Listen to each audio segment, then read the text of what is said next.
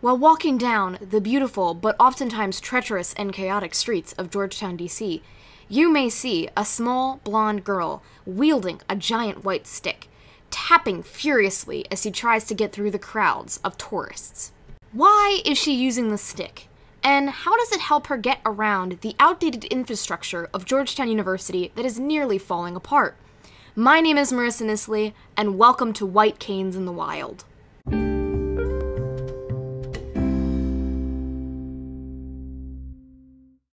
Hello, everyone. Welcome back to another episode of Legally Blonde and Blind. The summer hiatus is finally over. If you weren't aware, I took a 3-month break from recording episodes to focus more on some back-end development. Mainly, I designed a website, legallyblondeblind.com, that has a ton of cool features, including transcripts for every episode, an albinism FAQ, and a resource guide that has everything from sunscreen recommendations to lists of blind scholarships. I am so happy with how it turned out, and you should definitely take a look. But if there are any navigation issues, please send me a message. I tried to be mindful of contrast, alt text, and other components of website accessibility, but I am by no means an expert, so if there are any problems, please let me know. I also got a microphone, which, if you know anything about the podcast's previous recording setup, is quite a milestone. I am no longer shouting at an iPad, and it makes me feel much more professional. But enough about behind the scenes, let's get into today's episode. The truth is, I've been keeping a bit of a secret, and it's that I decided to apply for a guide dog. I started the process around January, and at the end of June, I found out I got accepted into the Guide Dog Foundation's program. That means all of the paperwork is done on my end, and I am waiting for them to find a good match. The average waiting period is about 6 to 12 months, but I could get a call at any time. Obviously, I have been thinking about this for several months, but I didn't want to say anything until my application got approved. I plan to make an episode about that journey once I get a guide dog and we start getting settled as a team. But for now, one part of the journey that I did want to discuss was learning to use a white cane, because most guide dog schools want to see that you have strong white cane skills before you even apply for a service animal. This time last year, if anyone, especially if anyone in my family, suggested I learn to use a white cane, I would have immediately shut them down. And I think that's because I possessed a lot of misconceptions about mobility aids and how they impact your independence. But before I get into that, let's start with a bit of background. White canes are essentially tools that allow a blind or visually impaired person to gain information about their surroundings. They can be used to detect things like curbs, steps, missing bricks, scooters people decided to leave in the middle of the sidewalk, cones, and pretty much any other obstacle you can think of that's on the ground. There are so many different kinds of canes out there. There are folding canes that you can put in your bag, long white canes that are typically a bit lighter but can't really collapse. There are even ultrasonic canes that beep when you get close to an object, which I honestly think would be really annoying, but to each their own. There are several different types of tips you could see at the bottom of a cane. They could be marshmallow or pencil shaped, they could be ceramic, and that's just to name a few. Colors can also be significant when looking at a cane. For example, an all-white cane could indicate that a person is completely blind, whereas a cane with red and white stripes indicates that a person is deafblind. Canes have been around for decades, and what I think can both be the most interesting and intimidating thing about them is that they are one of the most recognizable symbols of blindness. In fact, some people use what are called ID canes, which are typically a bit smaller and are not used for navigation, but rather to say to the public, hey, I'm visually impaired. One interesting statistic I found while researching for this episode is that it's estimated only 2 to 8% of people who are visually impaired use a white cane. And I think that's because there is a lot of stigma surrounding picking one up, especially within the albinism community. White cane usage can be a bit controversial at NOAA conferences. Some people think they're a useful tool, especially at night or in unfamiliar environments, and other people think they're overkill for those with a lot of remaining vision. I know when I used to go to conventions and I would see people using white canes, I thought it was completely unnecessary. I almost kind of saw it as attention-seeking. I think a lot of us, unfortunately, have developed a negative attitude towards cane training, and I want to explore some of the reasons I think that is. Firstly, the albinism community is pretty separate from the blind community as a whole. It's a pretty isolated segment, in my opinion. And to some degree, that makes sense. With albinism, you have a lot more stable residual vision than you would with other eye conditions. It makes sense that somebody with 20/80 corrected vision that can drive doesn't really consider themselves to be blind. If you were to call somebody with albinism blind, I am willing to bet that they or their parent will make it very clear to you that they are visually impaired, not blind. I think we make a very deliberate effort to separate ourselves. But especially for those of us who are legally blind and have an acuity under that 2200 mark, the distinction is pretty silly. Blindness is a spectrum, and 85% of people who are blind have some form of residual vision. I don't think we should shut ourselves out from tools and non-visual techniques that could be beneficial for us because we believe we have too much vision. Leah and I touched on this in the blind baking episode, but even if you do have residual vision, using it may not be the most efficient way or the safest way to get a task done. Now, I'm not saying we should treat all blind people the same. I know how frustrating it can be to be put in this box when strangers, teachers, or even family members expect you to use a cane or a guide dog because you're blind. And don't all blind people use these? But that doesn't mean we should shut these options out. On a related note, I think another reason a lot of people are reluctant to use a white cane is there's this huge fear of publicly presenting as blind.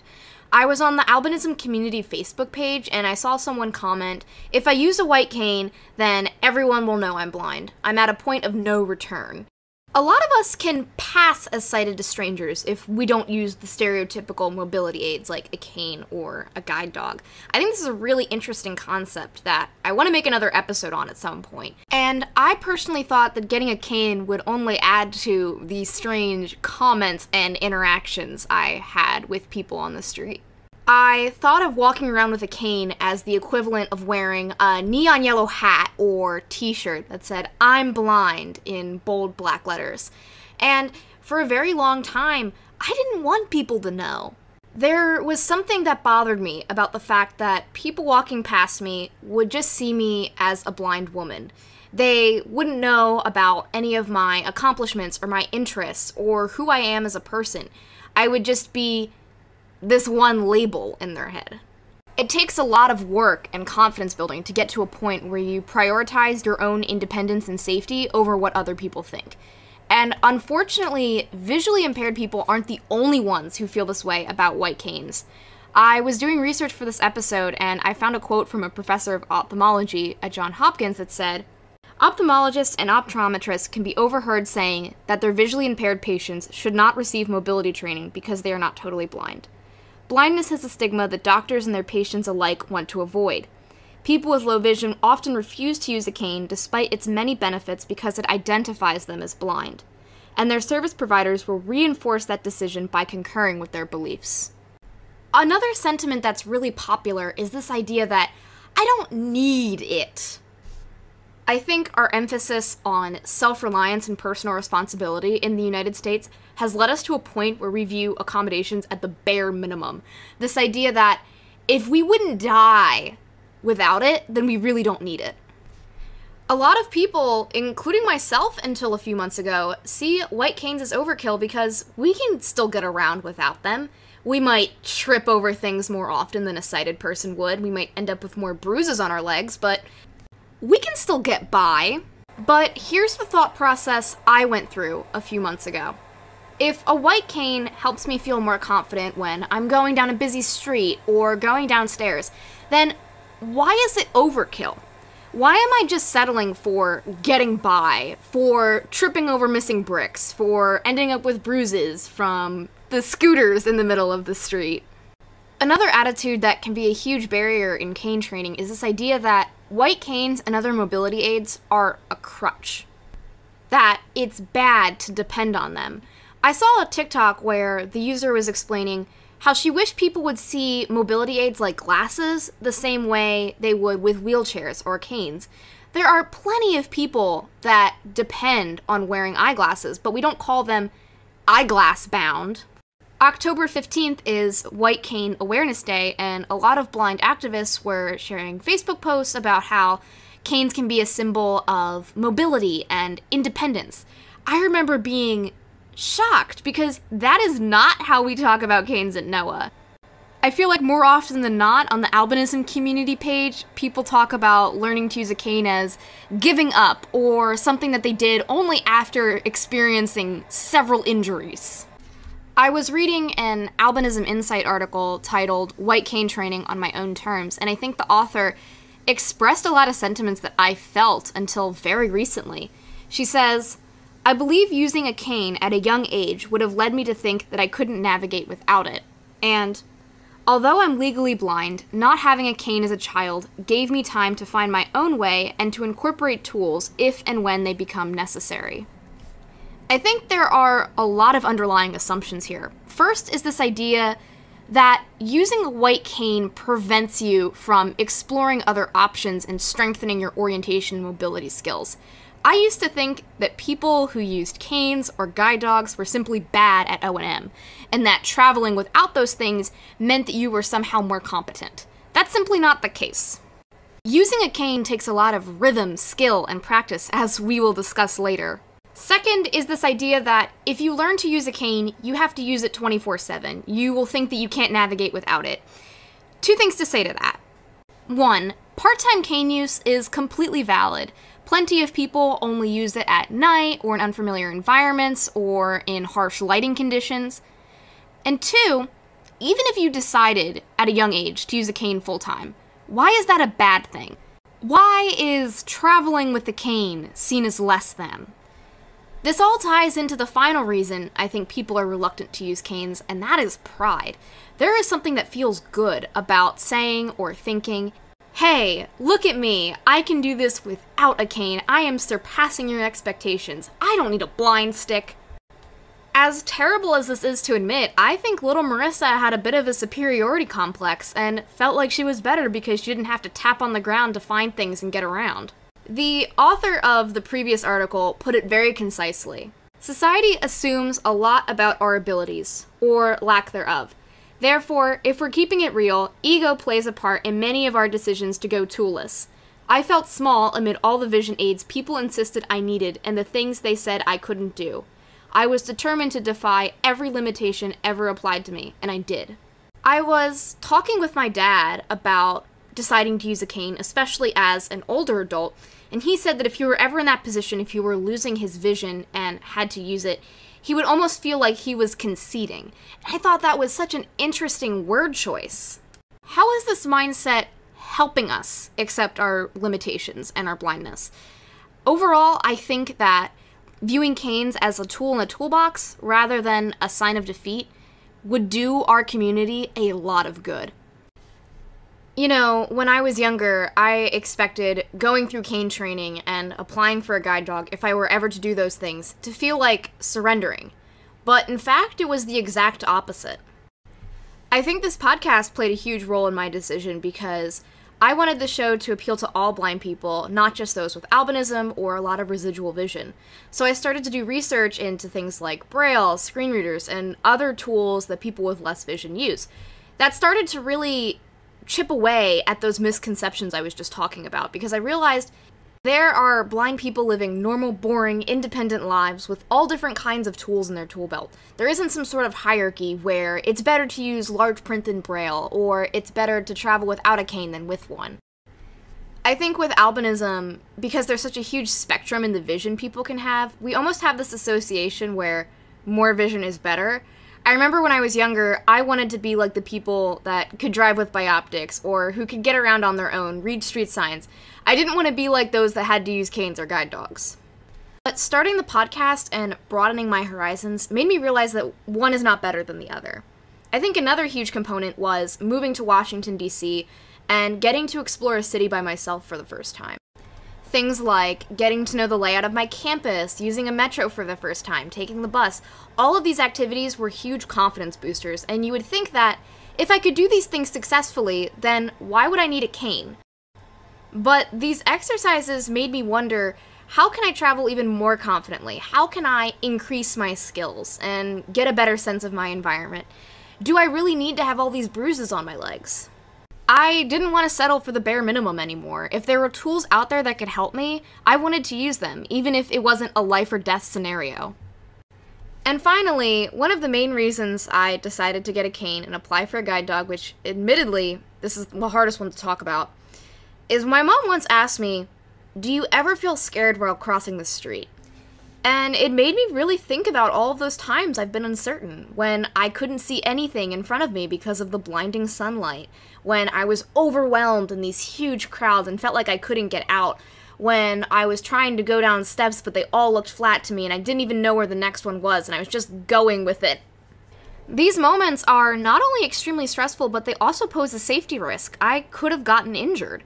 And I think it's easy to brush off them individually because they only happen for like 30 seconds to a minute or so at most.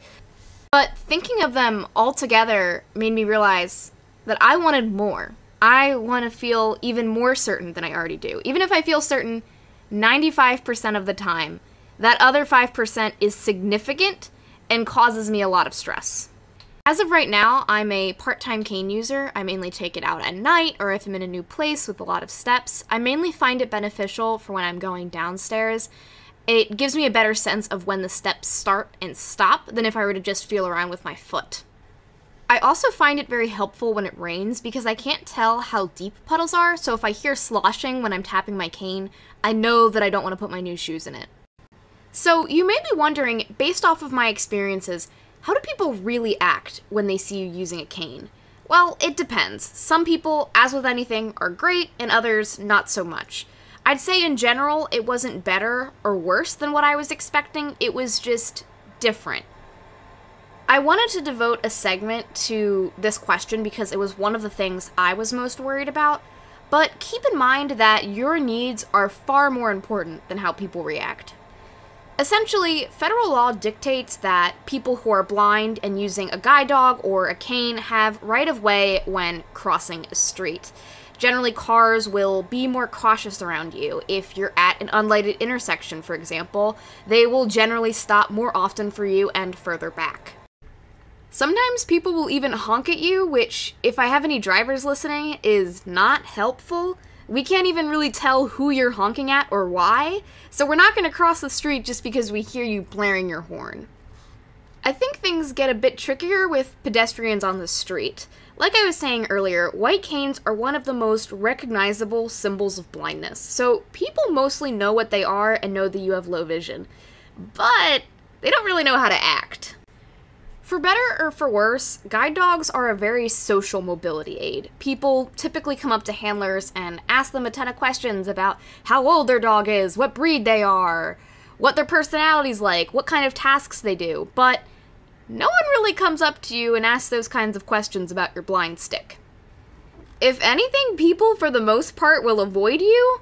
I've noticed that people will cross to the other side of the street so they're not walking on the same path as me. I've even noticed that some of my friends, when I'm using it, will subconsciously, stick further back away from me. I'm a pretty social person, so as I'm sure you can imagine, this does make me pretty sad, especially when I'm trying to take pictures for my dog Instagram account, G-Town Pups. How am I supposed to find the pups and photograph them if their owners are walking them away from me? I have also started a few family conflicts. There have been a few instances where either the dad or the child is in the middle of the sidewalk, totally oblivious, and then the mom, seeing me approach, yanks them to the side, and then they're like, "Why'd you do that?" So generally, if people have the space and the self-awareness, they'll stay away from you. And depending on who you are, that may be a good or a bad thing. It's just something to keep in mind. However, when crowds are unavoidable, I find it very challenging to navigate with the cane. This is one of the main reasons I have opted to apply for a guide dog instead of using a cane full-time. But when I'm in a massive group of people on M Street, generally it's so busy and hectic and loud that people aren't even really noticing your cane. So I'm left with two options. I either stand on the side of the street, wait for a brief and rare moment of peace, which, if you know anything about me, I don't have the patience for, or I start tapping my cane and potentially hit people with it. See, the main difference between a cane and a guide dog is that canes are obstacle detectors while guide dogs are obstacle avoiders. So in the crowd, if there was a clear path, the guide dog would simply just weave you through the people. Meanwhile, with a cane, you have to find that path, and that means hitting many, many ankles. I personally find the cane much more helpful for stationary obstacles like bricks, cones, or steps, rather than moving obstacles. Though, that's just me. I'm sure there's some blind people out there who can effortlessly get through crowds with a cane.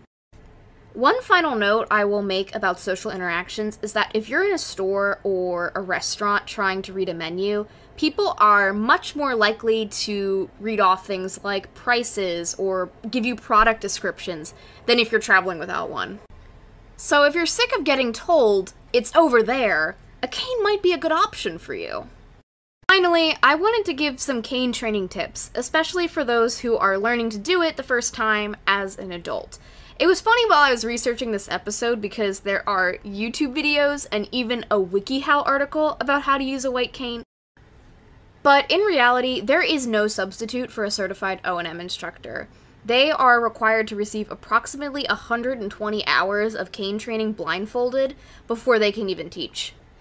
It's extremely beneficial to have those in-person lessons where you can get automatic feedback about how you're doing. For context, I did one cane training lesson over Zoom during the coronavirus pandemic because my state's commission wasn't offering in-person services, and it was a total flop. I don't remember anything, I didn't click with that instructor, I never saw them again. So my first tip is not only to find an O&M instructor, but find one who understands your residual vision. There are some teachers and some schools for the blind that really aren't going to want you to use any residual vision at all. They may want you to put on a blindfold for the duration of your training. If that's something you're interested in, great, but for a lot of people with albinism, it doesn't really make sense for us because our vision is stable and most of us have a good bit of it. In that case, finding someone who can help you determine when is it most effective to use the cane and when is it most effective to use your vision is crucial. There are some skills like walking in a straight line or staying on a certain path that you might not really need to focus on because you have enough residual vision to see the sidewalk and what direction you're going in. My next tip is to tap or drag your cane gently. My first instinct, at least, was to have this sort of death grip on it, which was really painful for my arms and wrists.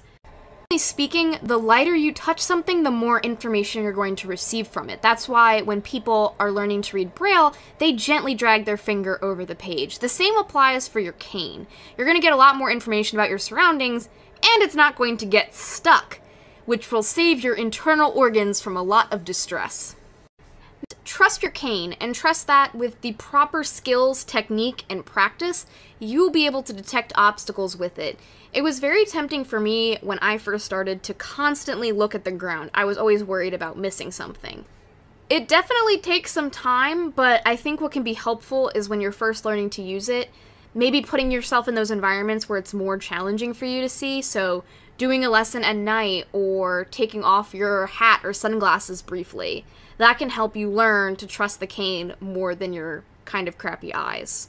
Don't be afraid to educate your family and friends about your cane. I know I went to a movie theater with a few of my friends back home, and I whipped out the cane for the first time in front of them. They had never seen me use it before, and they looked at me like I had 3 heads. If the people in your life aren't used to seeing you with it, then they're probably going to act a bit strange at first. So don't be afraid to educate your friends and family about what your cane is, how it works, and most importantly, that they don't need to avoid you like the plague. You can just let them know, hey, as long as you're not standing right in front of me where the cane is tapping, then you're totally fine. You can be next to me. You can be behind me. Finally, don't be afraid to take up space. Now, I know it's important to practice good cane etiquette by not whacking people or having an obnoxiously large arc, but you don't have to be timid with it either.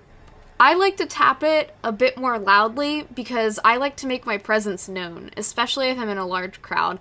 I always felt this way about things like heels. I always like the click-clack sound because then people would know I'm coming. That might be a bit aggressive for some people, but the point is, be proud of your cane. Don't be afraid to walk in public with it. Even if you're worried about how people are going to react, fake it till you make it. Trust me, it can really help. Well, everyone, thank you all so much for listening. I hope you enjoyed today's episode. I wanted to give a quick shout out to my O&M instructor, Lisa Payne. She was such a godsend during the pandemic. I was so worried about finding an instructor in the DC area because the Columbia Lighthouse and my state's commission weren't offering in-person services. Thankfully, as a freelancer, she was. If this episode inspired you to pick up a white cane and you live in the DMV area, send her a message. She also has an Instagram at @mywhitecane that inspired the name for this episode because people will send her pictures of their cane in, like, the woods or in front of the White House, and she'll make these posts called White Canes in the Wild. Anyways, if you enjoyed today's episode, make sure to subscribe on Spotify, Apple Podcasts, YouTube, or pretty much any other podcasting platform out there. You can stay up to date by subscribing to my monthly newsletter on my website, legallyblondeblind.com. You can also follow my social media pages on Facebook, LinkedIn, and Instagram at legallyblondeblind. I ended up deciding to ditch the @legallybb_ Instagram username. I just never liked it, but the problem was that Legally Blonde and Blind was taken. I eventually settled on Legally Blonde Blind because that's what ended up being the website domain, and it kind of makes sense seeing as, like, you can't have the and symbol in a username. But definitely check out all of those new pages. There are plenty of resources on them. Thank you all for listening, and I hope to see you soon.